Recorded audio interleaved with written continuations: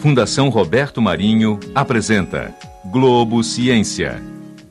Olá, tá na hora de mais um Globo Ciência. No programa de hoje, nós vamos descobrir quem foi o primeiro grande cartógrafo da humanidade. Você vai saber como ele fez para desenhar os primeiros mapas da Terra. E vai ver também as tecnologias disponíveis hoje em dia para mapear os nossos territórios. O Globo Ciência está no ar.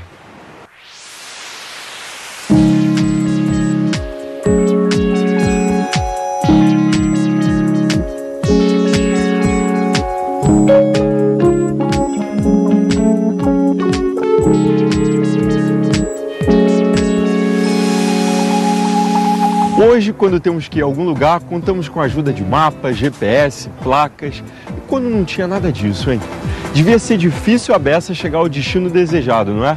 Deve ter sido por isso que um sujeito chamado Ptolomeu decidiu mapear o mundo. Enquanto o nosso motorista segue viagem, eu vou falar um pouquinho para vocês sobre quem foi Ptolomeu. E é um pouquinho mesmo, tá? Porque não se sabe quase nada da vida dele. O que dá para dizer é que Cláudios Ptolomeus, seu nome completo, viveu a maior parte de sua vida no segundo século da era cristã.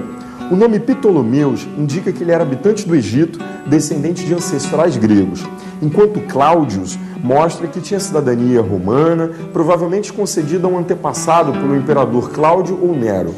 Uma das únicas informações sobre sua vida é que ele teria trabalhado em Alexandria fazendo observações astronômicas. Bom, viver em Alexandria deve ter sido uma grande vantagem para o trabalho de Ptolomeu.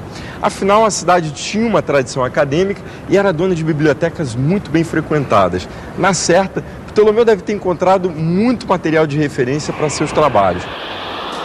Ptolomeu é reconhecido por seus trabalhos em matemática, astrologia, astronomia, geografia, cartografia, ótica e até teoria musical. Mas hoje a gente vai falar mais do Ptolomeu cartógrafo, do Ptolomeu que se aventurou a fazer os primeiros mapas de que se tem notícia.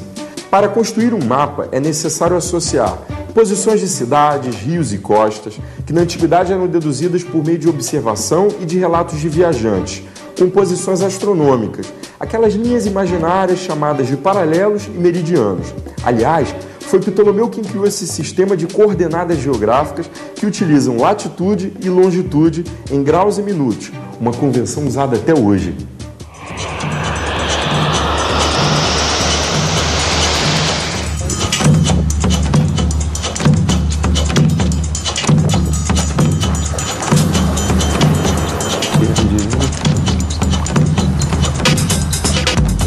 Amigo, por favor, me ajuda aqui que eu tô perdidinho. Como é que eu faço para chegar na rua Pitágoras? Muito pertinho, é só virar a segunda direita ali. Ali, segunda direita ali? É. Valeu, obrigado. Vocês viram? Mapa é bom, mas não custa nada aquele velho ditado que diz: quem tem boca, vai a Roma, certo? Foi por volta do século III a.C.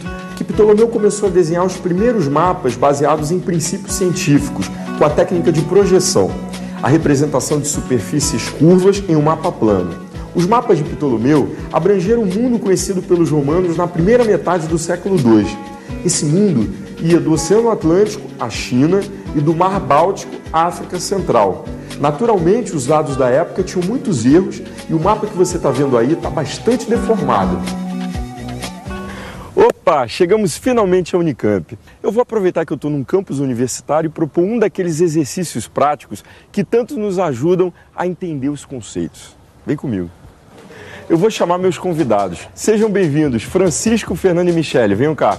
Tudo bem com vocês? O Francisco e a Michele são estudantes de Geologia. Já a Fernanda é estudante de Geografia. A proposta que eu faço a vocês é a seguinte. Vocês são familiarizados com o espaço da universidade? Sim. Então vocês vão ter que fazer um mapa da Unicamp. Vocês só vão contar com lápis, borracha e régua. Só isso, hein? E olha só, cada um vai fazer o seu desenho. Nada de cola, né? Quero ver cola, não. Vamos lá? Vamos. Então vem cá.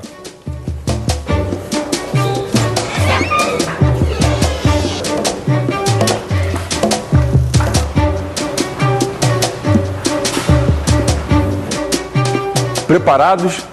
Valendo!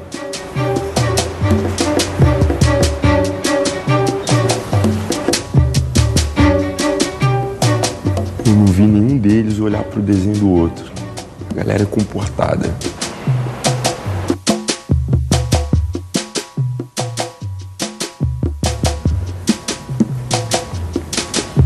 Eis a arma secreta. Tchan, tchan, tchan, tchan. Mapa da Unicamp. Depois a gente compara pra ver o que eles fizeram lá.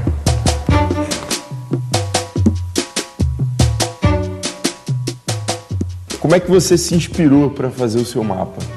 Então, na verdade, eu comecei a desenhar e percebi que eu estava desenhando numa outra proporção, agora vendo diferente da deles, assim. E a hora que eu fui colocar o título, eu nem consegui colocar que era o mapa da Unicamp. Tive que colocar o mapa parcial, porque eu fiz uma escala tão grande que acabou não cabendo no papel. Explica pra gente o que é escala e o que é escala grande. Então, escala é sempre uma relação, e uma relação de proporção, né, entre o real e o que a gente está querendo representar, e o representável no papel. Nesse caso aqui, acabei fazendo numa escala maior, tanto que não coube, e ela tem mais detalhes do que a deles, por exemplo. Você detalhou. Isso aí significa que tinha que ter muito mais papel para você botar com essas dimensões. Eu acabei reduzindo menos. E você, Francisco? Explica pra gente o seu mapa. Então, eu fiz o meu mapa numa escala menor do que aquele da Fernanda, então eu consegui representar a Unicamp inteira.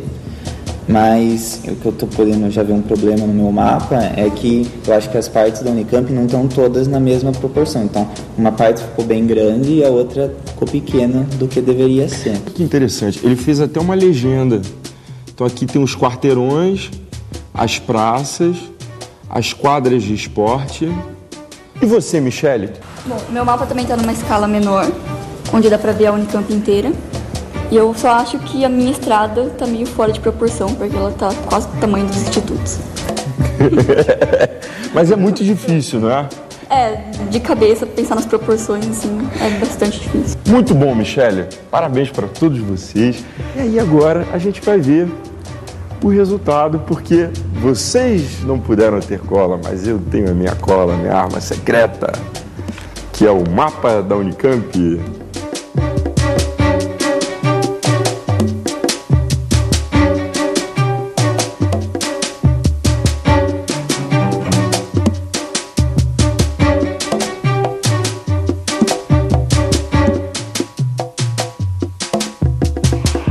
Agora vamos para o Rio de Janeiro, onde nos aguardam mais especialistas. Só que dessa vez a gente volta de avião.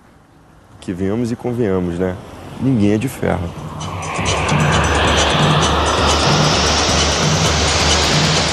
Saído das estrelas, de volta ao solo terrestre. Ai, gente, que paz. Vocês não têm noção. A turbulência que a gente enfrentou. Sabe o que é você olhar dentro do avião para um lado e para o outro e tá todo mundo parado, nervoso? Eu fiquei abafado que nem cuscuz. Mas ó, eu tô aqui feliz da vida, terra firme. E como eu tô no aeroporto e eu sou curioso, nada como a gente saber mais sobre navegação aérea. Que tal a gente conversar com um controlador de voo, hein? Porque afinal de contas, tudo começou com a astronomia e o posicionamento das estrelas. Você lembra, não lembra? Me acompanhe.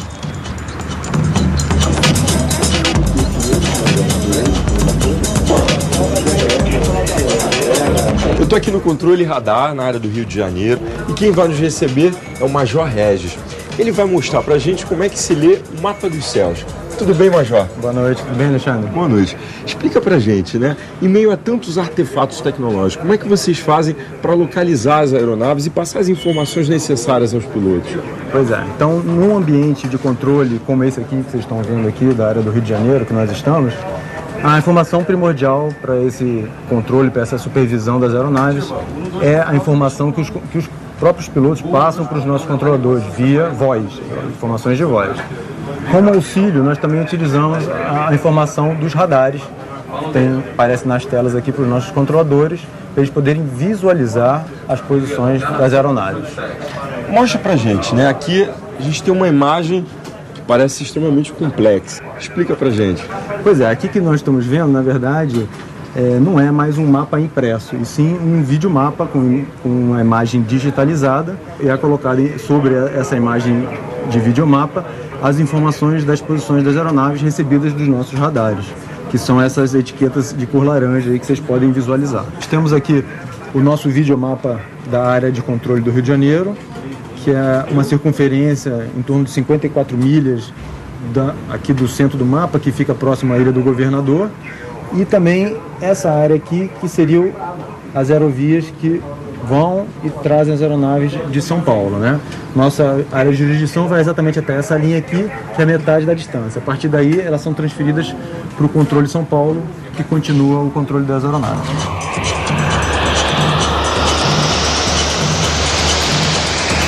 Por terra, pelo ar e, por que não, pelo mar, local das grandes descobertas de terras que ajudaram a construir os mapas de antigamente. No próximo bloco, você vai saber como o legado de Ptolomeu foi determinante para navegadores como Cristóvão Colombo. A gente volta já já. Não sai daí não, hein? Rapidinho.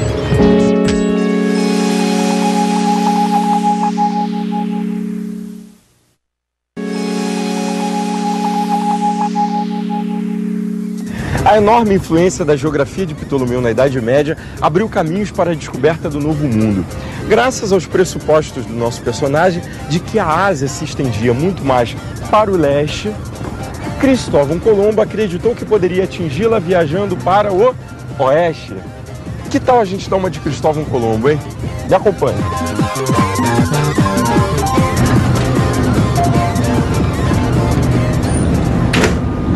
A gente vai conversar com o comandante Miguel Loyola. Ele vai nos mostrar como é que um grande navegador de antigamente se orientava, fazendo um paralelo com o que há à disposição dos desbravadores do nosso tempo.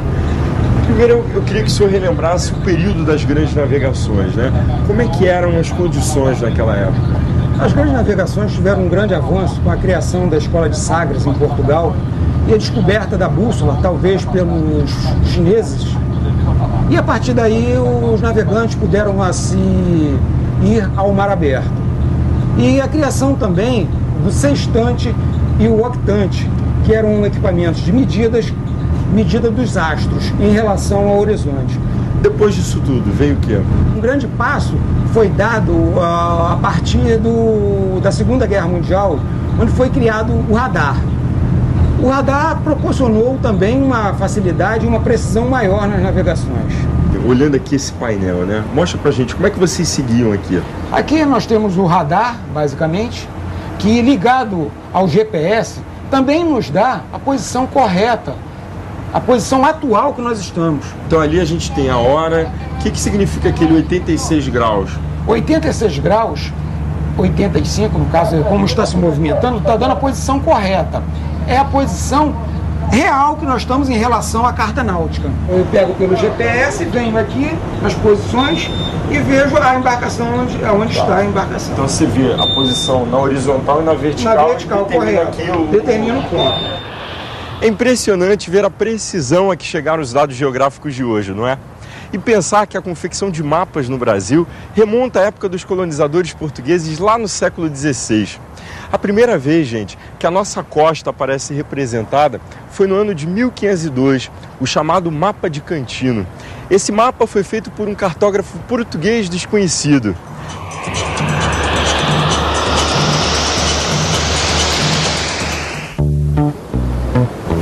Ah, vocês estão vendo esse brinquedinho aqui? É o GPS para os mais íntimos. Seu nome completo é Sistema de Posicionamento Global. Agora, o mais importante é que essa coisinha aqui é capaz de determinar posições, coordenadas como latitude, longitude e altitude. Quer saber como? Bem, o GPS é um sistema de navegação baseado num sistema de rádio espacial que conta com 24 satélites que proporcionam posições precisas durante 24 horas por dia, em qualquer parte do mundo e em todas as condições climáticas. E é um GPS que nos leva ao próximo destino, o Instituto Brasileiro de Geografia e Estatística, o IBGE. Atenção, eu vou digitar aqui o endereço do Instituto, que é Avenida Brasil 15621. Pronto, simples. Nossa rota está traçada. Vamos embora.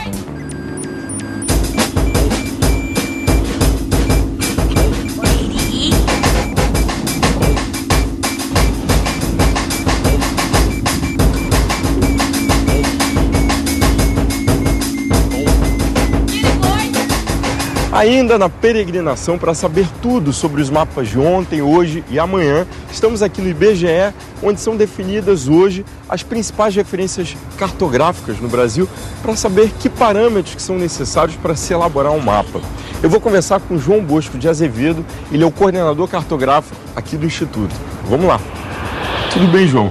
Como é que se faz o mapa no Brasil hoje, né? Que parâmetros que são utilizados na hora de se elaborar um mapa? Aqui no IBGE nós trabalhamos com um conjunto de fotografias aéreas e imagens satélites, né, que recobrem todo o espaço a ser mapeado.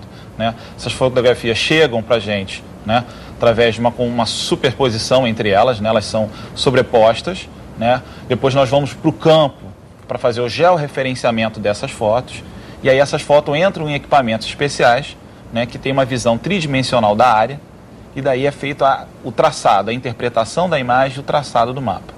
Então seriam fotos sucessivas feitas por um avião. Isso. Aí elas chegam aqui, vocês fazem um georreferenciamento. Explica pra gente o que seria isso.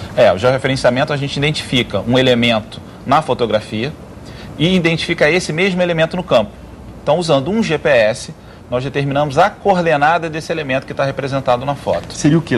Latitude, longitude, altitude? Seriam esses sistemas? Isso, latitude, longitude e altitude do ponto. Que aí você consegue georreferenciar as imagens, todo o conjunto de imagens. E depois?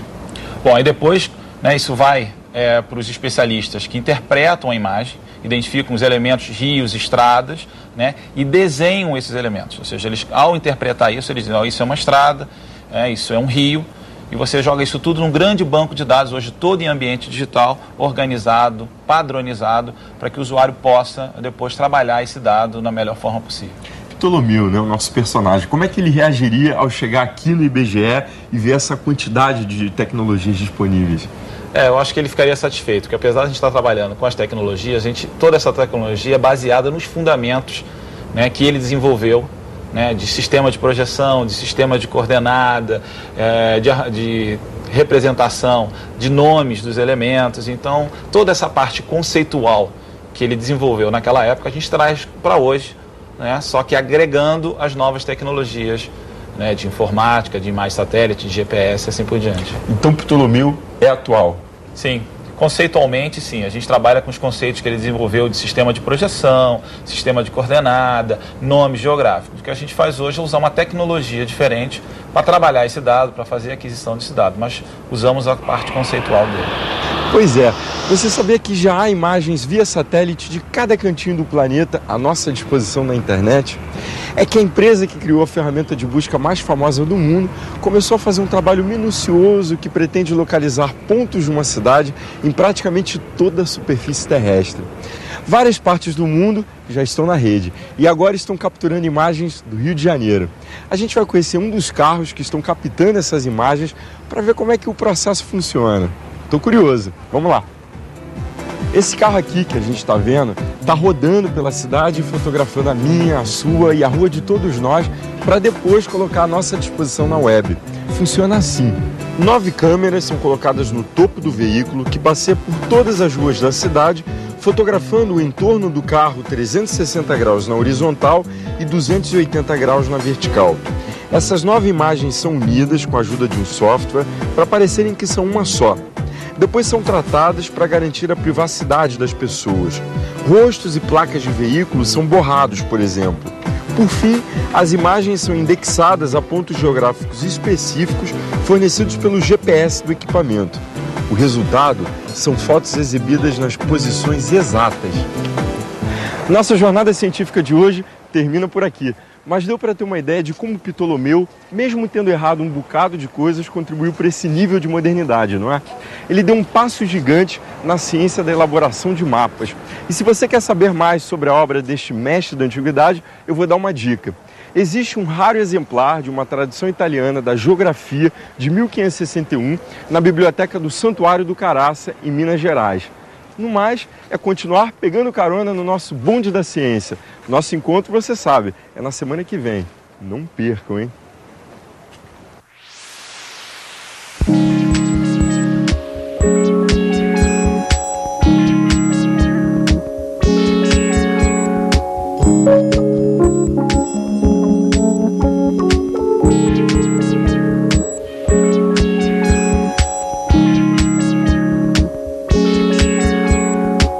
Música